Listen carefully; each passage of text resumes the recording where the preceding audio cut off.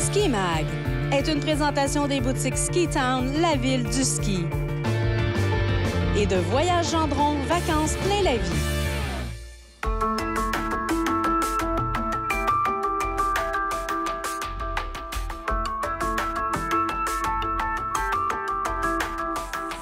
Bonjour, ici Jean-Luc Brassard, exceptionnellement en remplacement de Simon Saint-Arnaud.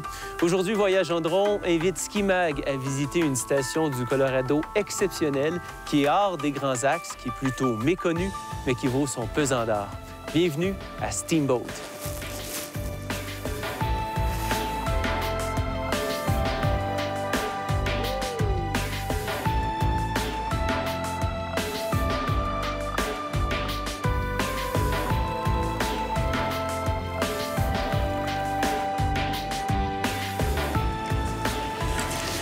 Monsieur Bertrand, comment ça va? Ça va bien et toi? Ben, ça va bien. Bienvenue à Steamboat. C'est un grand plaisir d'y être. Qu'est-ce qu'un Français fait à Steamboat au Colorado? Ah bah écoute, tu sais, en Colorado, à Steamboat, c'est tellement beau comme tu peux voir. La neige est fantastique, la ville est magnifique. Donc pour moi, c'est comme si j'étais encore en France. C'est très bien, quoi. Et vous êtes ici depuis plusieurs années? Ah bah, je suis venu ici il y a 18 ans. Ça fait 18 ans que je suis ici, oui. Donc la montagne, vous la connaissez comme le fond de votre poche? La montagne, je la connais très bien, oui. Oui. Vous êtes notre guide aujourd'hui. Vous nous montrez le plus beau de Steamboat. Par où on commence? Alors, ce qu'on va faire, Jean-Luc, on va commencer par prendre la gondole. Là, on va monter jusqu'au top de la gondole. Et après ça, on va aller sur Storm Peak, qui est pas tout à fait jusqu'en haut de la montagne, mais almost presque en haut de la montagne. Et de Storm Peak, tu vas voir, on va avoir une vue magnifique de la vallée. On va voir les montagnes, on va faire des pistes bleues et des terrains de bosse qui sont absolument magnifiques. Du haut de la gondole, on va sortir, on va prendre Rudy's Run, qui est là, sur Lightning. Lightning, on va aller jusqu'en bas de Storm Peak. On va prendre Storm Peak, qui va nous emmener jusqu'en haut ici, qui est environ un tout petit peu en dessous de 10 000 pieds environ. C'est quand même 3300 mètres environ 3 300 ici. mètres environ.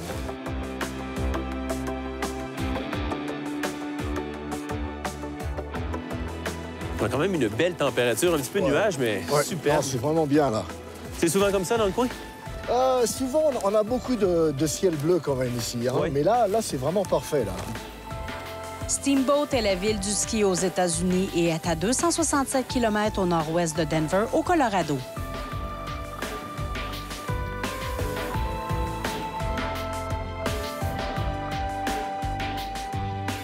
Dites-moi, Marc, on parle de Steamboat, mais en réalité, c'est Steamboat Spring. Pourquoi on est loin de la mer, là, ici? Tout à fait. Mais alors déjà, à Steamboat Spring, comme le nom l'indique, on a beaucoup de geysers, pardon. De geysers. De geysers naturels.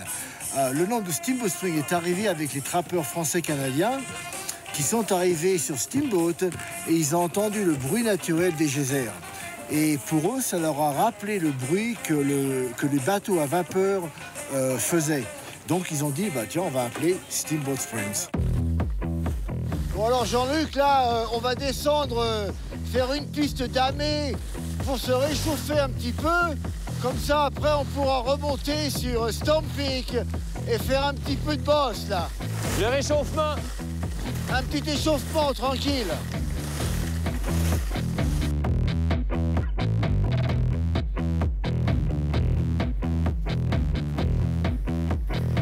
Première bosse de l'année. J'espère que les fixations vont tenir. Ça tient. La station est située à l'encontre de plusieurs chaînes de montagnes, les monts Warner, Sunshine Peak, Storm Peak, Thunderhead, Pioneer Ridge et Christie Peak. La montagne ici s'appelait Storm Mountain. Et Buddy Warner était dans l'équipe de ski américaine. Il était le favori pour gagner une médaille. Malheureusement, il n'a pas gagné de médaille. Et tristement, Buddy Warner s'est tué en faisant une publicité en Suisse. Il a été tué par une avalanche. En son honneur, on a renommé la montagne Mount Warner. Qui, par la suite, est devenu Steamboat. Qui par la suite de Steamboat, tout à fait. Question commerciale, probablement. Ça s'appelle toujours... Les gens font toujours référence à Mount Warner. Ah oui? C'est toujours Steamboat, la ville, mais la montagne, on dit toujours, on va aller sur Mount Warner. Là, c'est la statue de Buddy Warner. Alors, on a une tradition ici à Steamboat, c'est qu'on s'arrête, on prend le bâton On lui tape gentiment sur la tête pour bonne chance. Aussi, avec cette statue-là, c'est aussi comment on mesure la neige. L'année dernière... Elle est un peu haute, là, en ce moment. Voilà. Alors là, tu te rends compte que la statue est haute. Pour te rendre compte de la neige qu'on avait l'année dernière à la même époque, la tête de Buddy était ici. Oh là là. Donc on avait quoi? On avait presque 2 mètres. On manque 2 mètres de neige maintenant. Par rapport à l'année dernière, à la même époque. La moyenne annuelle de précipitation est pas moins de 9 mètres de neige. On lui touche pour de la neige? Voilà, on le touche pour la neige aussi. Ah, Buddy. Et d'ailleurs, il y a la Buddy's Run qui est juste ici. Et maintenant, on va aller à Buddy's Run. En son honneur. La montagne offre du ski sur 165 pistes balisées. Il y a aussi plusieurs acres de terrain skiable hors des sentiers battus, mais toujours dans les limites patrouillées de la montagne. Son élévation maximum est à 3224 mètres, tout en haut du mont Warner. Ses remontées mécaniques ultramodernes comme la gondole 8 passagers et ainsi que 15 chaises font de Steamboat un centre de ski complet. Marc, on a souvent entendu des Européens dire qu'ils rêvent de leur cabane au Canada, le mythe, l'image typique. Mais ici, à Steamboat, on est vraiment au pays du Far West. Là, on n'a pas simplement les montagnes rocheuses, mais on a les plaines, on a les grands vallons, tout ça. On est vraiment au pays de l'Ouest. Et comme tu peux voir, au loin, là, à l'horizon, c'est vraiment magnifique. Et c'est vraiment un pays extraordinaire ici. Je sais que quand je suis venu il y a 18 ans, quand je suis arrivé en ville et que j'ai vu la montagne, j'ai dit à ma femme, mais c'est pas une montagne, c'est une colline. Et la première fois que je suis monté à Storm Peak, je suis arrivé ici, j'ai regardé et j'ai dit, écoute, c'est tellement beau, c'est tellement joli, c'est comme le paradis ici.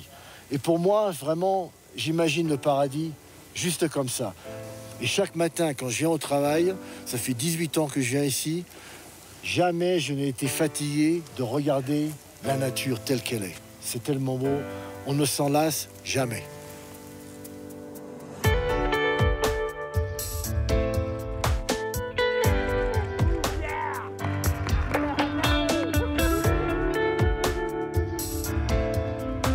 Restez les nôtres. Ski Mag revient après cette belle poudreuse.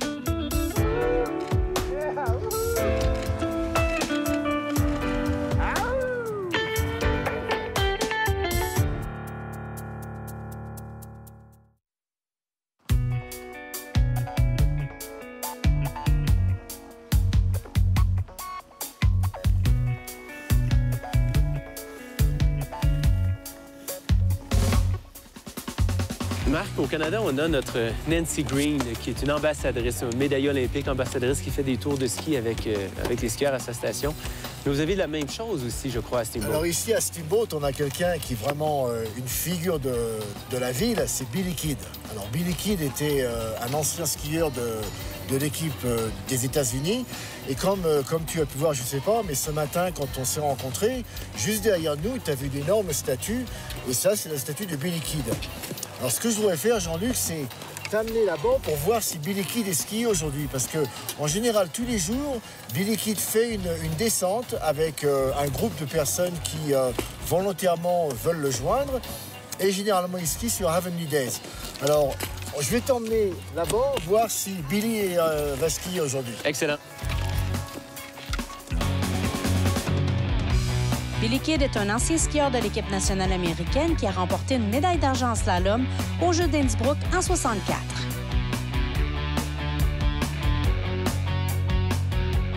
I just want to say welcome, first of all. I am so happy to see you here. I know that you were competing here, and then when you went on to the Olympics, I hope you gave the training at Steamboat the credit. It was amazing. Every time that we came here, it was just perfect. Oh, good. And for yourself being at the mountain, in the mountain like that, because you're not originally from Steamboat, what made you come here? Well, I grew up in Vermont, in Stowe, Vermont, and it was the best place to grow up if you want to go to the Olympics. You know, growing up in Eastern Canada, the challenges of snow and weather, it toughens you up, it gets you ready for any place in the world. And so when I found Colorado, I went to University of Colorado, and I got hooked on sunshine and powder snow. And I just love it here. I travel around the world. I'm lucky like you. We travel all over and go skiing. I can't find a better place to live. I just like it here. With a name like Billy Kidd, you know, I grew up in Vermont dreaming about wanting to be a cowboy. So I could come out here and get a hat and the boots and all this stuff, pretend I'm a cowboy. But Steamboat is a real cowboy town. It's a real old, friendly cowboy town. It's the real West. Plus, we have lots of powder snow. I like powder snow. I like it up to my chest, up to my chin, up to the brim of my hat. And so we have lots of powder and also lots of sunshine. You know, I was so lucky, I think like you, to be in the Olympics, and we didn't get there by ourselves. We always had help. If it was our parents, our ski club, you know, the town, that's why I'm here. That's why I went to the Olympics. And so if I can give back a little bit and ski with the people who are our guests here, maybe they've got kids, maybe those kids dream about going to the Olympics, and I can tell them a little bit about what it's like in the Olympics and maybe help them on their way. And so I enjoy doing it because I tell people, if you want to be a good skier, watch the best skiers in the world. Watch the Olympic skiers. See what they do with their feet, their hands, and here's how you can apply it to your own skiing.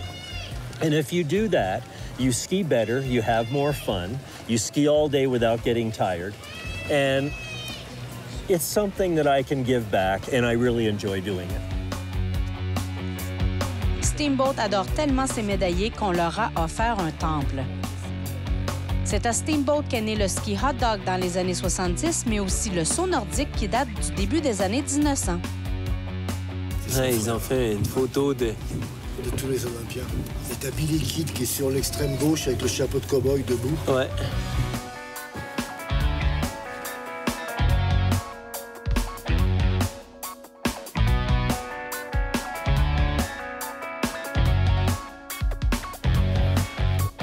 Allez Jean-Luc, montre-moi comment tu fais là.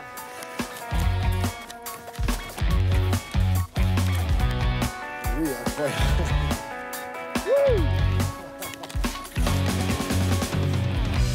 À l'ancienne. Ça, c'est un professionnel. À 2961 mètres à mi-chemin sur le mont Storm Peak, on retrouve le plus haut chalet de la station. Il fait pas froid aujourd'hui, mais une petite halte fait toujours du bien. Petite halte pour prendre un chocolat chaud ou un verre d'eau. 4 points hot. 4 points hot. Le chalet, l'ambiance, la musique, tout y est pour La musique, l'ambiance. se sentir bien à l'aise. Chocolat chaud. On peut voir, il fait beau aujourd'hui, mais on est encore en hiver. Dans quelques semaines, quand le temps va se réchauffer vers la fin janvier, début février, quand il fera assez beau, sur ce deck ici, ils vont mettre un barbecue où ils vont faire cuire des hamburgers, des hot dogs. Okay. Donc les gens, ici, ça va être complètement plein de gens qui vont manger pour le déjeuner. Et alors évidemment, quand tu skis et quand tu es sur la chaise, c'est tu l'appât. as l'odeur qui vient. L'appât des skieurs, en quelque sorte. Tout à fait, tout à fait. Ben, pour se creuser l'appétit, on pourrait continuer encore quelques descentes. On va faire quelques descentes encore. Allons-y.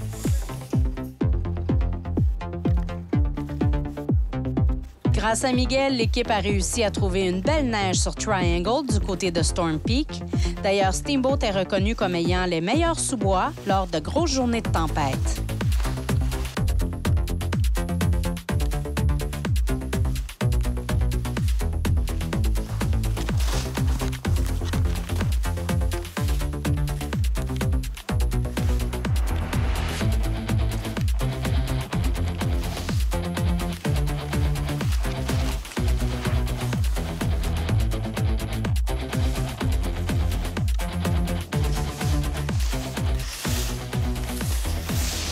Ah, Miguel, merci d'avoir trouvé la sapinière ici à Steamboat.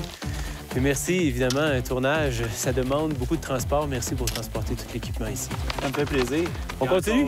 Ben oui, beaucoup de domaines skiables dans le bois aussi.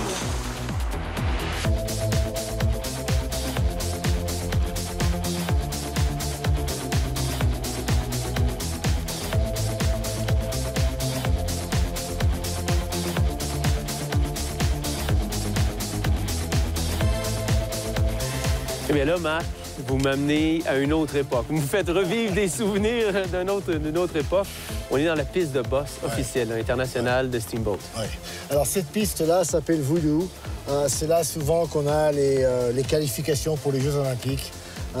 Comme tu peux voir, ça te rappelle de bons souvenirs quand tu étais sur le circuit.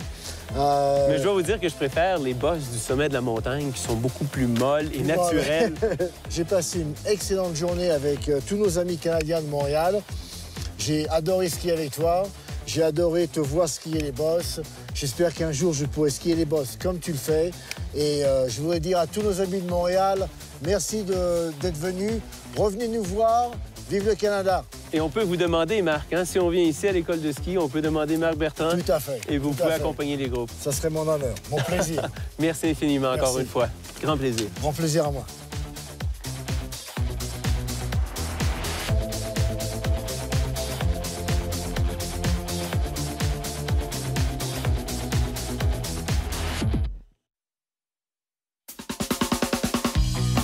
La chronique équipement vous est présentée par les boutiques Ski Town, la ville du ski.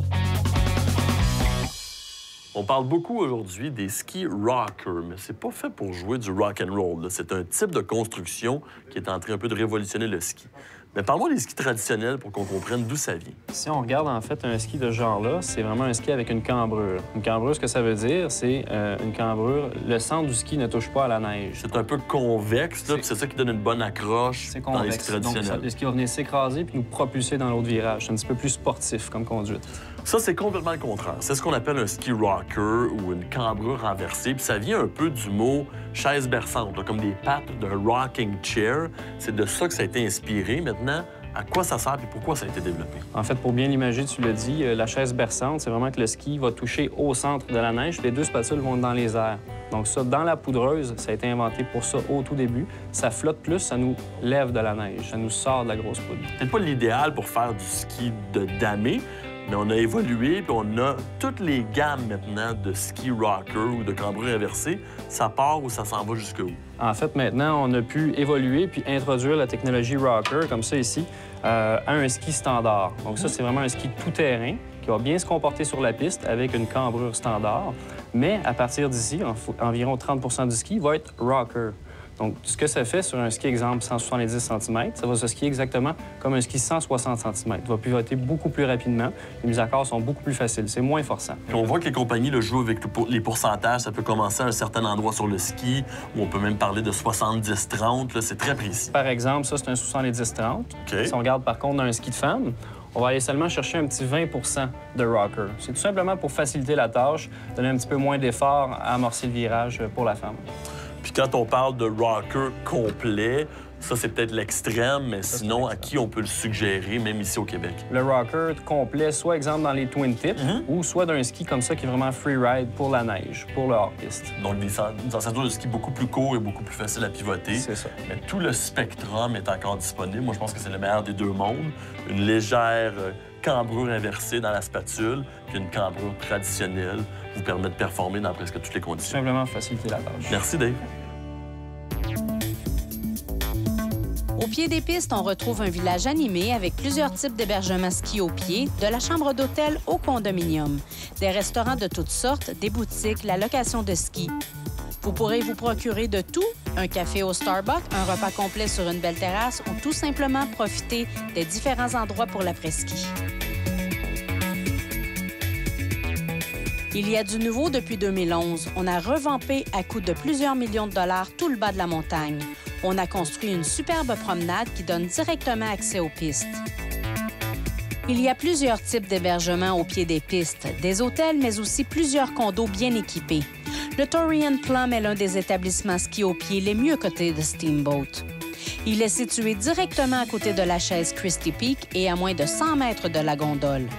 Ces condos luxueux font partie de la famille Resort Quest qui est très bien cotée aux États-Unis. Une navette gratuite vous amène où vous le voulez. Que vous choisissiez un condo, une ou même 6 chambres à coucher, vous découvrirez la qualité du Torreon Plum. Steamboat, situé dans la Yampa Valley, a été fondé dans les années 1800 par les trappeurs qui y venaient. La ville fut ensuite développée grâce aux nombreux élevages en ranch, qui étaient l'industrie principale à cette époque.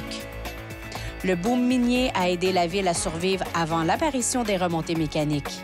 Aujourd'hui, Steamboat Springs est une ville dynamique qui accueille les touristes de partout dans le monde en quête de la plus belle poudreuse des États-Unis. Steamboat est un centre de ski exceptionnel. On l'a vu il y a quelques instants. Mais c'est aussi une ville authentique qui a vu le jour il y a plus d'une centaine d'années, Steamboat Springs. Ce sont les sources d'eau chaude, les eaux thermales qui ont donné vie à cette ville. Maintenant, avec plus d'une centaine de boutiques, des restaurants qui conviennent à tous, ça en fait une destination vraiment spéciale. Ici Jean-Luc Brassard. Merci d'avoir été de cette édition de Ski Mag et bon ski.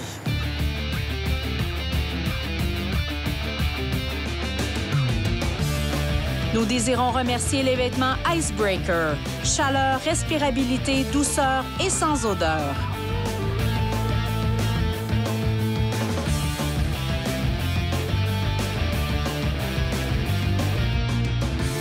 Ski Mag vous a été présenté par les boutiques Ski Town, la ville du ski. Et par Voyage Gendron, vacances plein la vie. Une des parties...